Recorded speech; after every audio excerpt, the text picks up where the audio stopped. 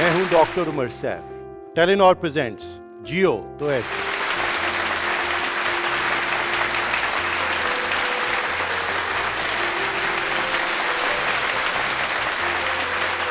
पाकिस्तान की आबादी 200 मिलियन लोग हैं। ये दुनिया की 5th मोस्ट पॉपुलस कंट्री है। हमसे जो number 1, number 2, number 3, number 4 number पे मुल्क हैं, उन्होंने पिछले 20 साल में क्या वो किया जिसके ज़रिए वो बहुत ज़्यादा ग्रो किए। चाइना, जहाँ अली बाबा जैसी कंपनियाँ इंटरनेट को इस्तेमाल कर रही थी लोकल तिजारत के लिए, ताकि कोई भी एक जगह से दूसरी जगह कोई चीज़ अगर बेच रहा हो तो उनको आपस में इंटरनेट के ज़रिए कनेक्ट किया जाए। कॉलेज की ग्रेजुएशन के बाद मैंने भी ऐसा एक इदारा शुरू किया इस्लामाबाद में। 7 साल वो इदारा चलाया, जिसमें हम पाकिस्तान से लोगों को एम्प्लॉय करके काम कराते थे, मोस्टली अमेरिकन कंपनीज के लिए, और आज तकरीबन 1500 लोग वहाँ काम कर रहे हैं। अगले 4 साल मैंने Taraz.pk के नाम से company I was co-founder there और CEO था। तो 4 साल मैंने इंटरनेट को इस्तेमाल करने की कोशिश की कि लोगों की आपस में तिजारत हो। लेकिन एक चीज़ जो मैंने रियलाइज़ की वो ये थी कि ये मुल्क ठीक है 200 मिलियन लोगों का होगा, लेकिन एक फंडामेंटल प्रॉब्लम है, और वो ये प्रॉब्लम ये है कि 10% से ज़्यादा इस मुल्क में लोग अंग्रेज़ी सर्च और टाइप नहीं कर पाते डिजिटली किसी भी कीबोर्ड पे। तकरीबन ज़्यादातर लोग आज स्मार्टफोन जो इस्तेमाल कर रहे हैं वो इंग्लिश में ही स्मार्टफोन इस्तेमाल कर रहे हैं, इंग्लिश में ही कीबोर्ड इस्तेमाल कर रहे हैं। तो दिसंबर 2016 में मैंने और मेरे कुछ साथियों ने एक अहद किया कि हमने एक एप्लीकेशन बनानी है, टेक्नोलॉजी को इस्तेमाल करना है, इंटरनेट को इस्तेमाल करना है पाकिस्तानियों के लिए। हमने जो एक चीज़ नोटिस की कि जी मिडिल क्लास के पास सबसे ज़्यादा कौन से एसेट्स हैं, और हमने देखा 2 एसेट्स हैं उनके पास। एक उनके पास मोटर बाइक है और दूसरा स्मार्टफोन है, और ये बहुत जल्दी बढ़ते जा रही थी तादाद लोगों की जिनके पास बाइक और स्मार्टफोन हो। और बाइक पाकिस्तान में तकरीबन 17 मिलियन बाइक्स हैं, बहुत बाइक्स हैं। तो अगर आपने 2 पार्टियों को मिलाना है, चाहे वो ट्रांसपोर्ट के लिए मिलाना हो, एक जगह से दूसरी जगह खुद जाने के लिए, या कोई डॉक्यूमेंट या पार्सल एक जगह से दूसरी जगह लेके जाना हो, या कोई सामान आपने पहुंचाना हो, उसके बस कैश वसूल करना हो, अल्टीमेटली मोटर बाइक ही इस्तेमाल हो रहे थे पाकिस्तान में। लेकिन अलमिया ये था कि इस मुल्क में अभी तक कोई बाइक टैक्सी का कल्चर नहीं था। हैरत की बात है, क्योंकि हमारे अलावा जितने भी और मुल्क थे वो इंटरनेट को इस्तेमाल कर रहे थे अपने शहरों के अंदर तिजारत के लिए। और ये बहुत इंपॉर्टेंट बात है कि हम तिजारत पे फोकस करें, क्योंकि आज तक हमारे यहाँ इंटरनेट जो इस्तेमाल हो रहा है वो चैटिंग के लिए हो रहा है, वीडियोस देखने के लिए हो रहा है, तस्वीरें देखने के लिए हो रहा है, अपने आप को खुश करने के लिए, गेमें खेलने के लिए इंटरनेट इस्तेमाल हो रहा है। हालांकि इंटरनेट का असल में अगर हम इस्तेमाल देखें तो ये ऐसी कुव्वत है जो 2 पार्टियों को आपस में मिला के हमारे रोज़गार में इजाफा ला सकती है।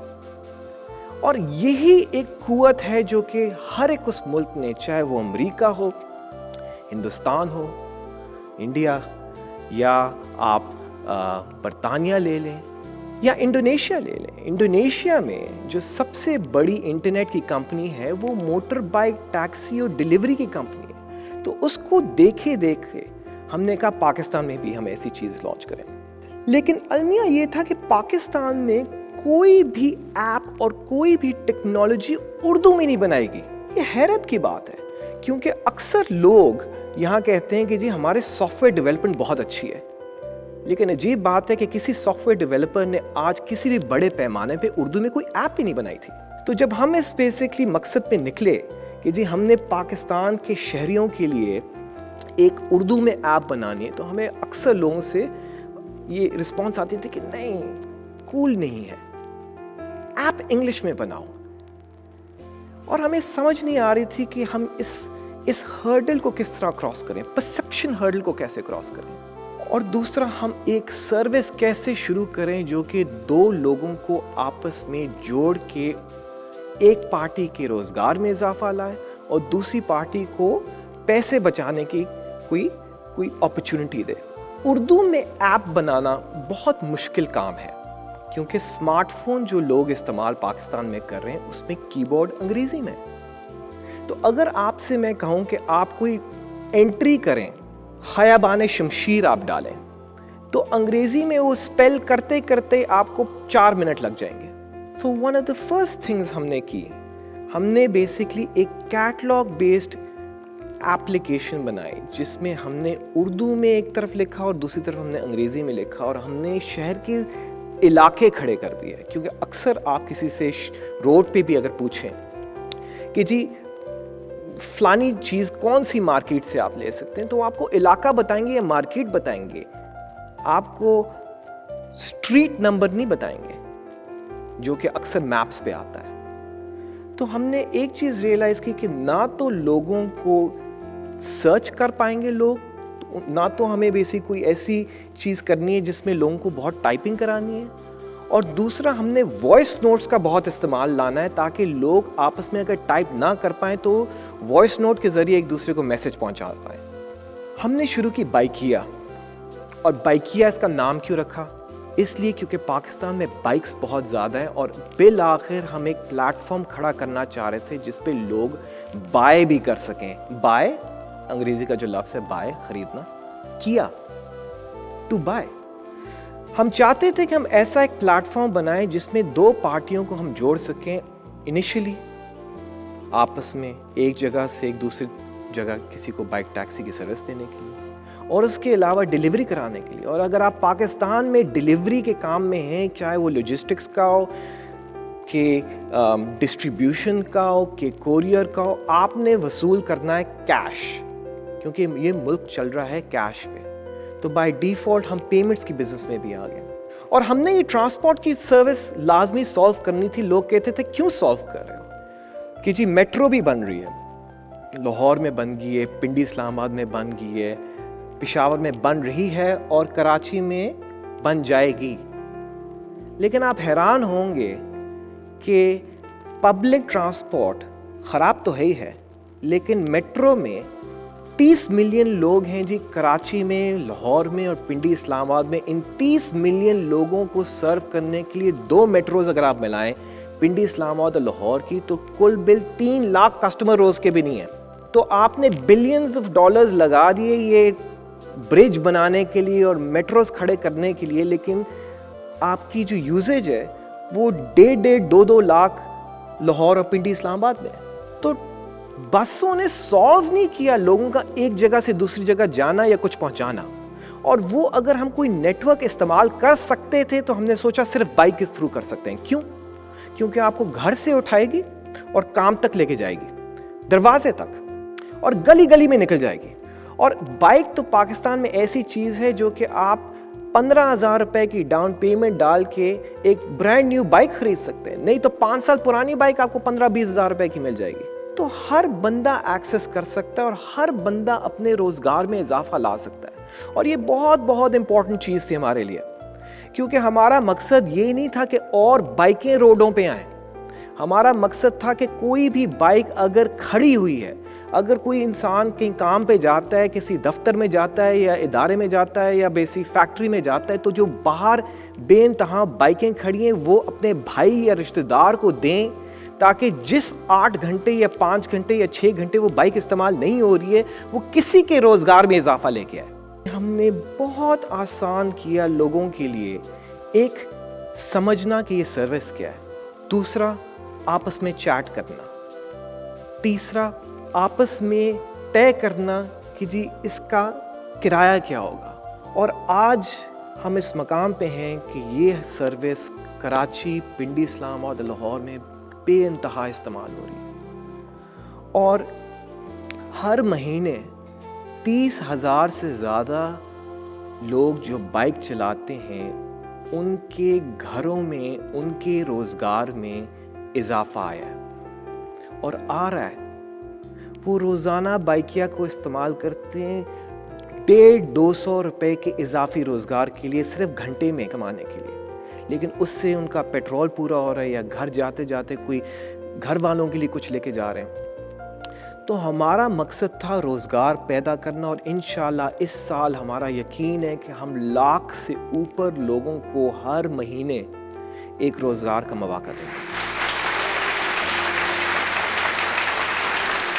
इस महंगाई के दौर में जहां गाड़ी पे सफ़र करना महंगे से महंगा होता जाएगा, आप देखेंगे जितने और ये टेक्नोलॉजी की कंपनियां बाहर से आई हैं, अब शुरू में तो आ गई, उन्होंने आपको लालच देने के लिए ले आए हैं, लेकिन अब किराए बढ़ाते रहेंगे। क्यों? ताकि वो नफ़े में आ सकें। और दूसरा, ये मेट्रो प्रोजेक्ट्स आपने रियलाइज़ कर लिए कि ये सॉल्व नहीं कर सकते, ये सॉल्व नहीं कर सकते 30 मिलियन की कराची, पिंडी, इस्लामाबाद, लाहौर की आबादी में लोगों को पहुंचाना। तो इस साल हमारा इरादा यही है कि इंशाल्लाह हम इसको एक और बड़े पैमाने पे लेके जाएंगे। आज तकरीबन 2 मिलियन बुकिंग्स होती हैं बाइकिया पे एक महीने के अंदर। इंशाल्लाह हम इसको 10 गुना ज़्यादा बढ़ाएंगे। Thank you. ज़बरदस्त मुनीम, आपने अपनी सर्विस से पाकिस्तान की पब्लिक ट्रांसपोर्टेशन का मसला भी हल किया और नौजवानों के लिए रोज़गार का ज़रिया भी बनाया। वाकई आप जैसे लोगों को हम देख कर कहते हैं कि जियो तो ऐसे। मगर ये बताइए कि खुद कभी बाइक चला लेते हैं? जी, चला लेता हूँ। अच्छा, ज़बरदस्त। और कभी ये होगा कि मैं बटन दबाऊं बाइकिया का और आप आ जाएं मुझे बाइकिया पर ले जाने के लिए? हो सकता है कभी कभी। चलें, बहुत अच्छा। अपनी सर्विस को यूँ टेस्ट भी करते रहें और देखें कैसी चलती है आपकी बाइकिया सर्विस, और शायद बटन दबाएं तो आप भी आ जाएं हमें के ले जाने के लिए। बहुत ज़बरदस्त। अभी कितने लोग इस्तेमाल करते हैं बाइकिया को हर रोज़? रोज़ बिटवीन 50 and 80,000 संडेज और थर्सडेज को मिला के 1 लाख लोग। जी, इंशाल्लाह वो भी वक्त आएगा जब लाखों लोग, करोड़ों लोग ऐसी सर्विसेज को इस्तेमाल करेंगे, और वो चीज़ें जो हुकूमत नहीं कर पाई, रियासत नहीं कर पाई, कि अच्छा पब्लिक ट्रांसपोर्टेशन सिस्टम बनाया जाए, लोगों के लिए आसान हो, सस्ता हो एक जगह से दूसरी जगह पे जाने के लिए। अब आप जैसे नौजवान ऐसी सर्विसेज बनाएंगे और इंशाल्लाह सबके लिए आसानी भी पैदा होगी और रोज़गार के मौके भी। शुक्रिया, आप हमारे शो पर तशरीफ लाए। We wish you well and इंशाल्लाह we look forward to your success. Thank you जी।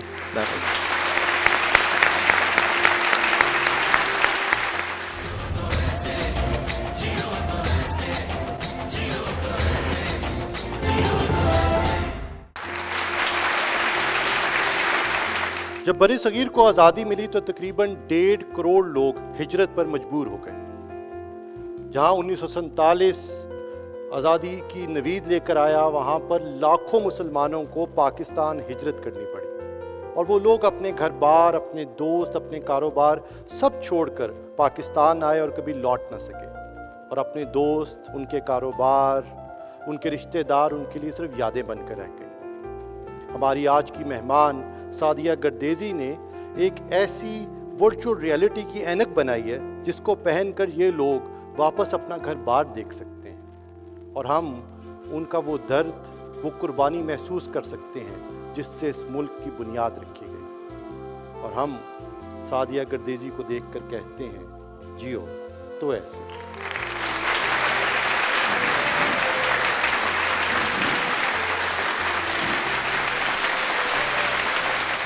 अस्सलाम वालेकुम। मेरा ताल्लुक़ लाहौर से है और मेरी नानी सुनाती हैं मुझे कि 1947 में लाहौर आने वाले रेफ्यूजीज़ की उन्होंने FC कॉलेज के कैंप में इमदाद की।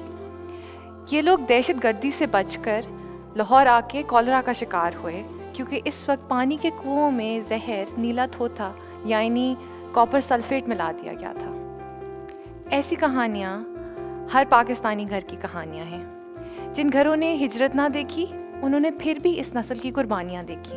हम कब तक अपने बुजुर्गों की ज़ुबानी ये कहानियाँ सुन सकेंगे और अपने आने वाली नस्लों को ये कहानियाँ बता सकेंगे, जबकि पार्टीशन की याद भी धुंधली पड़ती जा रही है और बाहर के ममालिक में दुनिया की सबसे बड़ी हिजरत का नाम व निशान, इसकी तारीख़ और पाकिस्तान की बुनियाद की वजूहात भी मिटती चली जा रही हैं। इस सिलसिले में प्रोजेक्ट दास्तान ऑक्सफोर्ड यूनिवर्सिटी के साउथ एशिया प्रोग्राम से मुंसलिक एक ऐसा प्रोजेक्ट है जो वर्चुअल रियलिटी के इस्तेमाल से 1947 में हिजरत करने वाली नस्लों को उनके घर, उनकी यादों से, उनके बचपन की यादों से और उन माशरों से एक आखिरी मर्तबा जोड़ता है। इस नस्ल की उम्र और सियासी रुकावटों की वजह से बहुत से इंडिया और पाकिस्तान के महाजरीन कभी अपने बचपन का घर, अपना गांव फिर से ना देख सके।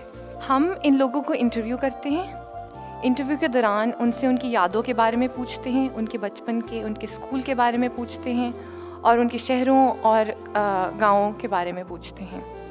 हमारी इंडिया और पाकिस्तान में टीम इसके बाद इन जगहों को ढूंढती है और उनको 360 डिग्रीज़ में फ़िल्म करती है। ये फ़िल्म फिर VR ग्लासेस के ज़रिए इन बुज़ुर्गों को दिखाई जाती है, जिसमें ये अपने आप को अपने बचपन के गाँव में खड़ा पाते हैं।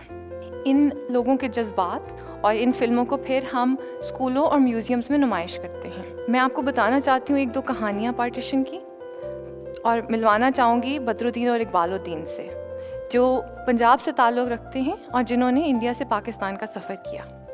ये आज पाकिस्तानी कहलाते हैं और बहुत खुश हैं कि ये पाकिस्तानी हैं, लेकिन इनको अपने घर की याद अभी भी है, जिसको ये तकरीबन 70 साल में वापस ना जा सके। इकबालुद्दीन के एक दोस्त थे जो सिख थे और पार्टीशन के कुछ साल बाद तक उनका राब्ता रहा। उन्होंने उनको एक मस्जिद की तस्वीर भेजी, उनके गांव रूपनगर की जामिया मस्जिद थी। पिछले साल हमारी इंडिया की टीम ने वो गांव भी ढूंढ लिया और वो मस्जिद भी ढूंढ ली जिसकी इकबालुद्दीन को बहुत सालों से ख्वाहिश थी फिर से देखने की।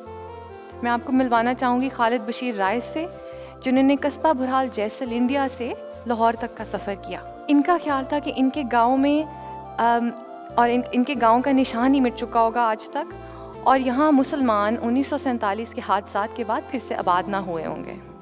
लेकिन यहाँ मुसलमान फिर आबाद हुए और बाकी अक़लियतों के साथ इनका मुआहदा हुआ अमन का, ऐसा अमन जो इंडिया के अब बड़े शहरों में मिटता जा रहा है। तो ये कहानियाँ हमारे पार्टीशन की जो हम आपको बताना चाहते हैं। आज़ादी की 75वीं सालगिरह से पहले हम चाहते हैं कि हम 75 पार्टीशन से को विटनेस करने वाले लोगों को उनका घर और गांव फिर से एक दफ़ा दिखा दें।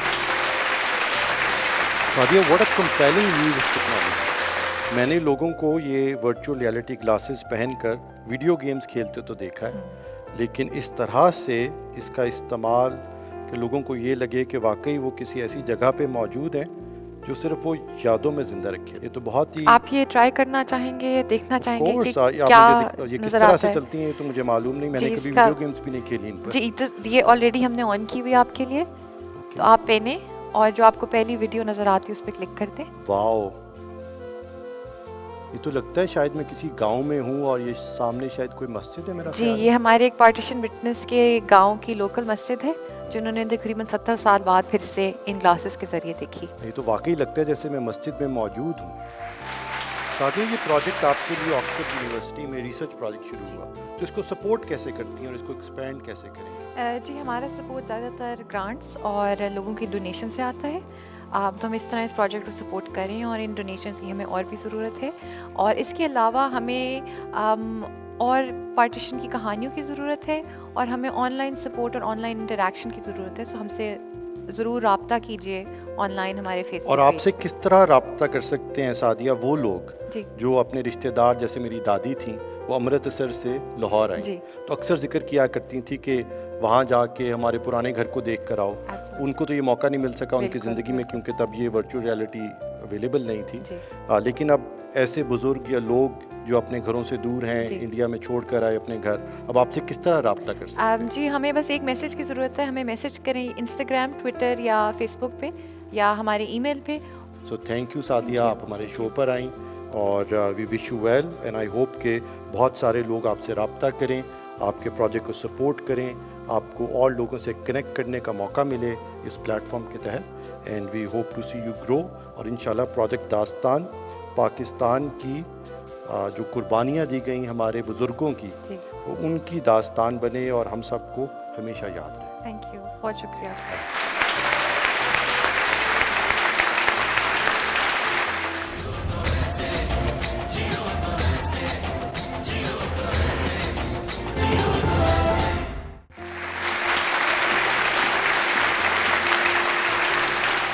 जब 8वीं सदी में मगरिब जहालत में डूबा हुआ था तो इस्लामी दुनिया में बैतुल हिकमा बना दिए गए। उस वक्त के अल बैरूनी, अल किंदी, हसन इब्न अल हशीम, इब्ने सीना ने मॉडर्न साइंस की बुनियाद डाली, लेकिन फिर शायद हम साइंस में पीछे रह गए और बाकी दुनिया हमसे सबकत ले गई। लेकिन कुछ साल कबल जब डॉक्टर सबी अनवर पाकिस्तान आए तो उन्होंने एक अनोखे मेले की मिसाल कायम की, एक साइंस मेला, जिसमें उन्होंने बच्चों को साइंस की तरफ मुतारिफ कराना शुरू किया। डॉक्टर सबी अनवर, हमारे आज के मेहमान, खुद भी एक मायानाज साइंसदान हैं और हमारी अगली नस्ल को साइंसदान बनाने का बेड़ा भी इन्होंने उठाया हुआ है और हम इन्हें देखकर कहते हैं, जियो तो ऐसे।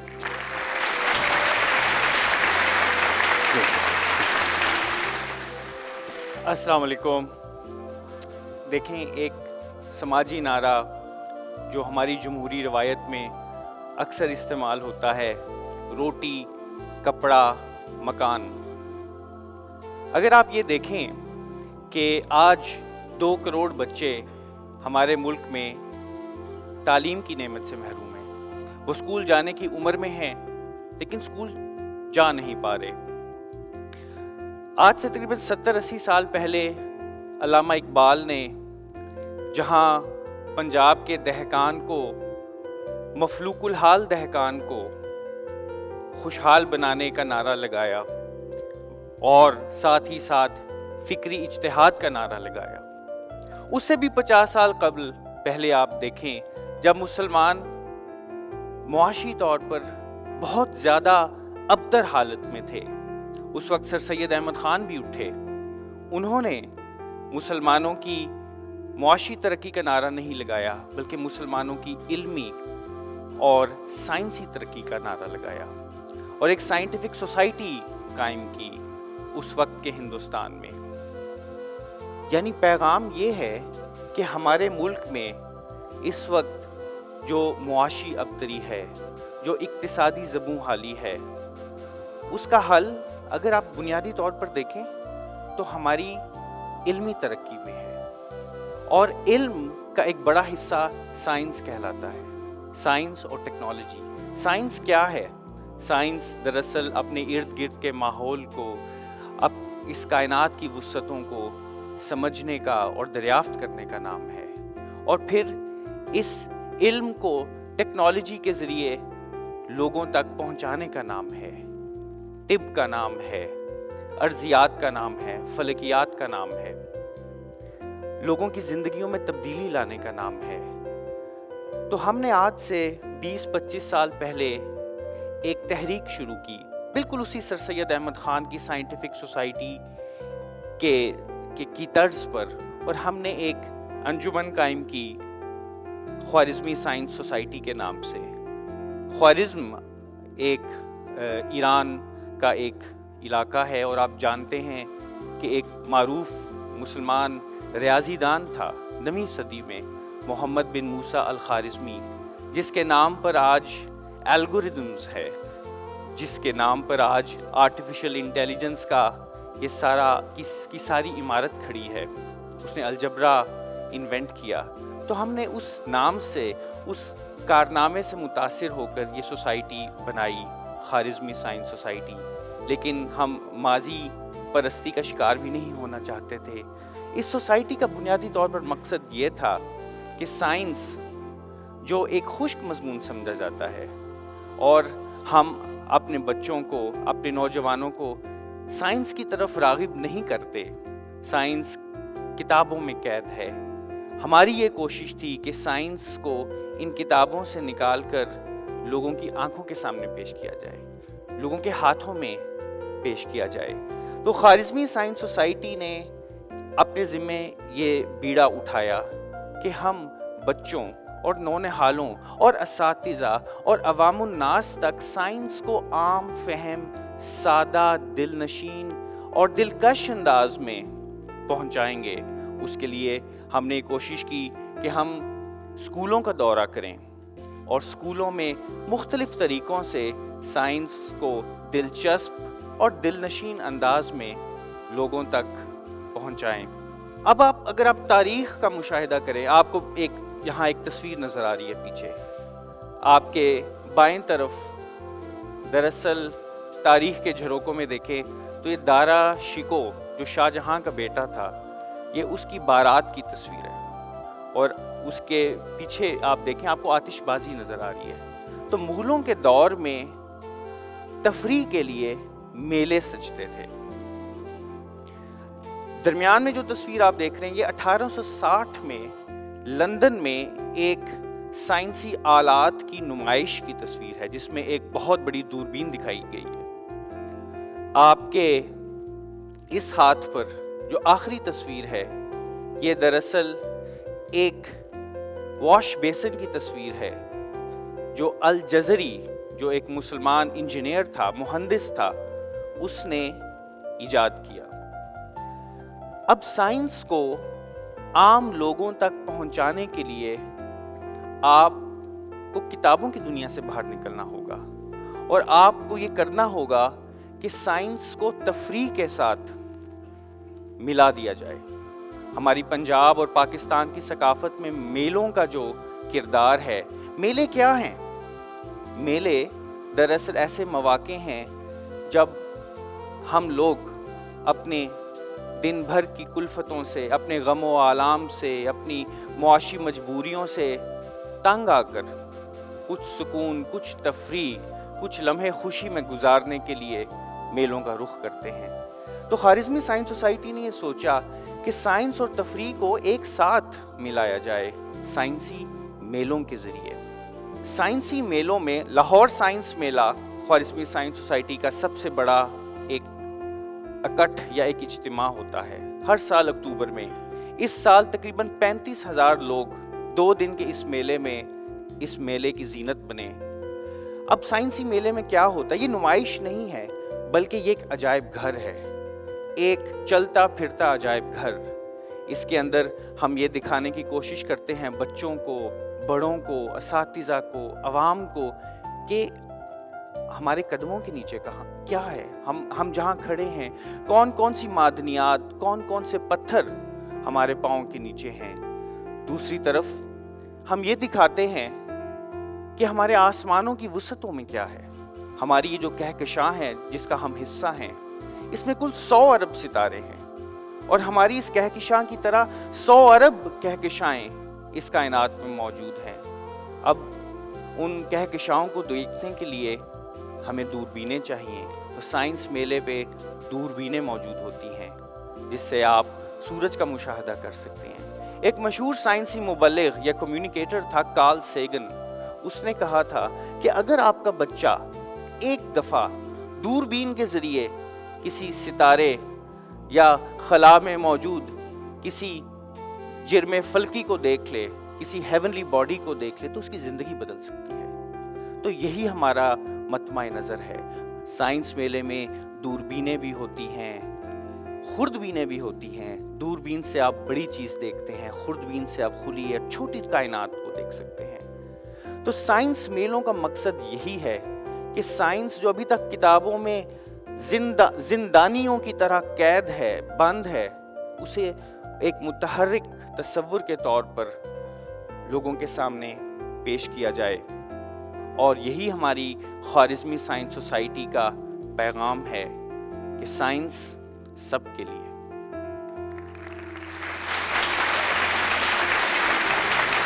बहुत सही। आपकी बातें सुन के लगता है कि पाकिस्तान में साइंस का फ्यूचर वाकई रोशन है। आपने कहा था एक छोटा सा साइंसदान साथ लेके आना है, तो एक छोटा साइंसदान हाजिर है, इसका नाम मोहम्मद मुस्तफ़ा है।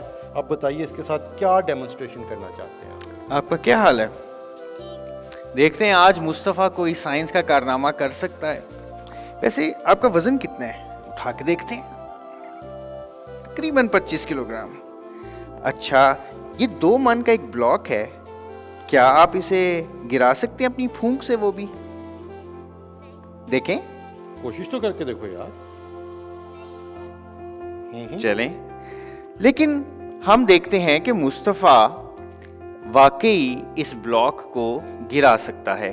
वो कैसे? और वो भी सिर्फ अपनी फूंक से। तो मोहम्मद मुस्तफ़ा, आप उस तरफ जाएं और आपको छोटा ब्लॉक नजर आ रहा है, आप उस ब्लॉक पे फूंक मारें और देखें कि क्या बड़ा ब्लॉक जिसका वजन 2 मन है वो गिर पाता है या नहीं।